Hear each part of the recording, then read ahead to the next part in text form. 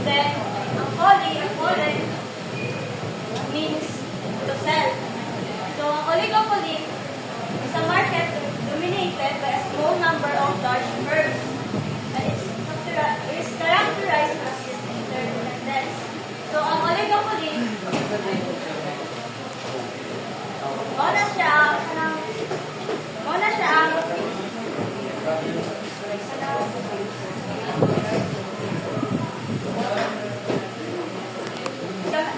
ang gamay lang mga sellers ang nagbaligya o product sa isang market. So, example na niya is kanyang mga large firms is kanyang sa TV channel na GMA, ABS-CBN o PBS. So, kaya sila matawag na sila interdependence. So, why oligopoly exists? Oligopoly exists to balance economic growth, environmental protection, and social well-being. So, barriers to entry and product certification. So, ang kaning barriers to entry or entry of barriers, una siya ang mga problema sa sellers or firms sa isang market. Para sa pag maghimo ka o business, hinahalang yung like, kung ano pa proseso.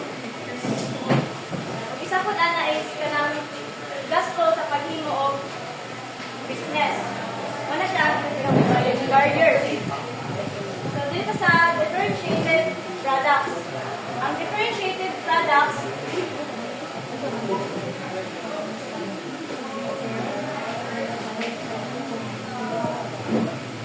firms charge premium prices, significant advertising and transit barriers.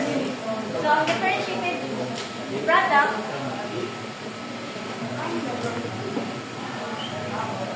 example niya is 9 tulo ka company. Which is company 1, company 2, company 3. So, kana sila nga company, kaya sila nga nagbaligya o ng product sa isang market. Then, pero ang ilang product na hinimo is may lahi. So, ang company 1, baligya ang cellphone. Ang company 2, nabaligya ang laptop. O ang company 3 is washing machine. So, parehas sila nga, parehas sila company nga nagbaligya ang product na nalalahi ilang kang baligya ang product. So, homogeneous. So, another term pala sa differentiated product is kanang imperfect oligopoly. So, homogeneous or pure or perfect oligopoly. The goods produced by different companies that are essentially identical in terms of quality, features, and use.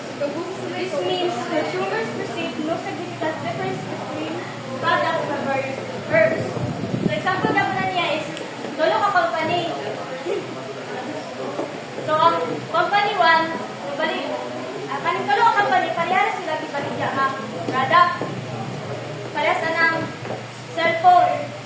Parehas sila gibaligya ang cellphone, pero ang cellphone kayo lang gibaligya is lalaki og model. So, example sa company 1 is Realme. Din sa company 2, Samsung. Din sa company 3 is Vivo. So, pollution versus competition. Collusive oligopoly. Firms cooperate to reduce output, raise prices, and share profits. So, ang collusive oligopoly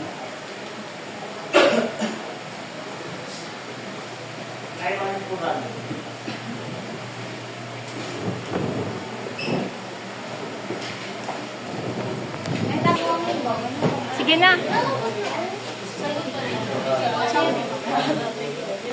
So, collusion versus competition. Collusive oligopoly. So, collusive oligopoly, mahita mo na siya, ang collusive oligopoly, kung na-ay coordination, mahita ko sa mga firms or companies. So, non-collusive oligopoly. So, ang non-collusive oligopoly, if firms in an oligopoly market compete with each other, it is called a non-collusive or non-cooperative oligopoly. The firms in non-collusive oligopoly tries to gain maximum share of market by developing policies and strategies to outperform or beat their rivals. So, example lang na niya is kanang Coke and FC. Pepsi. Coke and Pepsi. Kanang Coke and Pepsi, para sila nga daghay lain-lain nga flavor sa ilahang nga soft drinks. Dili mo na, Coca-Cola o Pepsi. Dili, Coke. Coca-Cola ang brand na. Ay, Coca-Cola. Correct making. Ang Coke flavor na.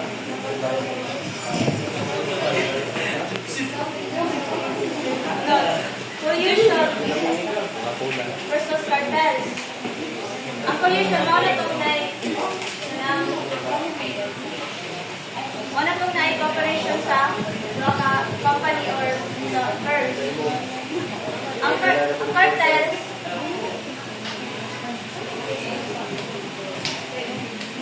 cartel, mahitabo na siya sa, di ba sa pollution na cooperate ang mga firms. Ang tawag na sa ilang cooperation is cartels. For example, sa OPEC or Organization of Petroleum Exporting Countries. So, ang kanang OPEC, parehas sila nga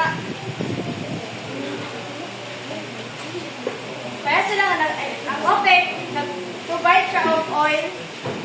So ang usa ka company na ay coordination or nagsabot sila nga need nila o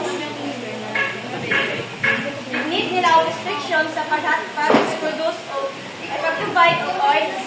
So kanailang gibuhat nga kasabutan or pollution ba is matawag na siya nga cartel.